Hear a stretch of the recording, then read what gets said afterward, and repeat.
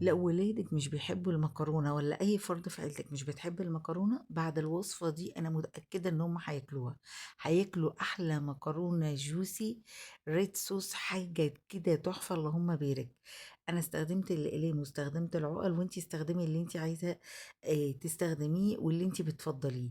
حاجة كده اللهم بارك. بصي الشكل المكرونة عايمة ازاي في الصوص، وكمان الكاميرا ظلموه، حاجة اللهم بارك. بصي المكرونة دي يا جماعة أساس في كل بيت.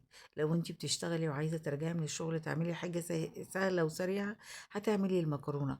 لو انتي أصلا ولادك بيمتحنوا وعايزة تنتبهي لمذاكرتهم وما تضيعيش وقت في المطبخ، هتعملي المكرونة وجنبها بانيه، جنبها كفتة، whatever بقى. يلا سمي بالله وصلي على الرسول ويلا بينا أعلمك أحلى مكرونة تحفة تاكليها.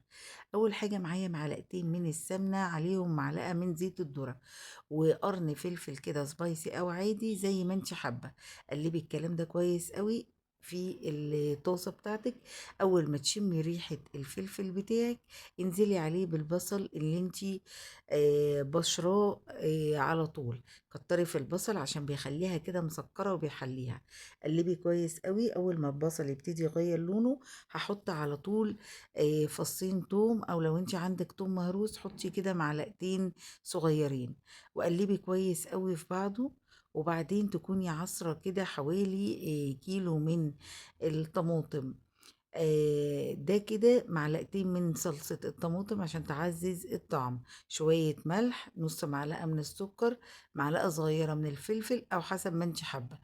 قبل ما هحط عصير الطماطم اللي انا عاملاه بحط معلقتين من الصلصة، وطبعا بحط باربيكيا، وممكن تزودي شطة لو انت حابة، وربع معلقة من الكمون، بيخلي طعمها في حتة تانية. سيبيها بقى كده تتسبك مع الصلصة اللي انت عاملاها على النار حوالي كده ربع ساعة، لحد ما الإدام اللي انت حطيتيه ينطر كده على الوش ويبان، يبقى هي كده اتسبكت معاكي. اهم حاجة ان انت توطي عليها النار، والسكر اللي انت حطيتيه ده هيعادل الحموضة. اركني بقى الصلصة كده على جنب، والمكرونة اللي انت سلقتيها حطي معلقتين من الزبدة على معلقتين من زيت الذرة، وضيفي عليهم المكرونة بتاعتك. عايزة كل حتة من الزبدة تتشبع في المكرونة، يعني ما تبقاش فيه ولا مكرونة مش متغلفة بالزبدة. وطبعا تقدري تستخدمي زيت ذرة او اي حاجة انتي بتفضليها. وقلبي كده كويس قوي من تحت لفوق، لحد ما تتأكدي ان المادة الدهنية اللي انتي حطيتيها غلفت ايه المكرونة بتاعتك. الصلصة بتاعتي زي ما انتوا شايفين كده اتسبكت وبقت قمر، سايباها جنبي. اول ما المكرونة بتاعتي تتغلف، هحط عليها الصلصة القمر اللي انا عملتها. عايزة اقول لكم بصي لونها تحفة ازاي. وطبعا زي ما عملت في المكرونة الاقلام وعملت في المكرونة العقل، الاتنين زي بعض ونفس الصلصة زي ما انتوا شايفين.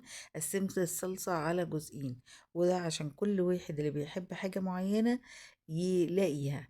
بصوا كده اللهم بارك، شايفين اللون عامل ازاي. انسي اي صلصة ولا اي مكرونة كلتيها، بجد جربي الوصفة ديت في المكرونة هتعجبك. وصدقيني لو اي حد من اسرتك مش بيحبها، هيحبها من جمالها وطعمها. بصوا كده اللهم بارك. قمر قمر قمر، جوسي ولوسي وقمر قمر، ولونها تحفة ومفلفلة وعسل. يلا جربوها، بتمنى وصفتي تكون عجبتكم، ومتنسونيش لايك وشير وسبسكرايب.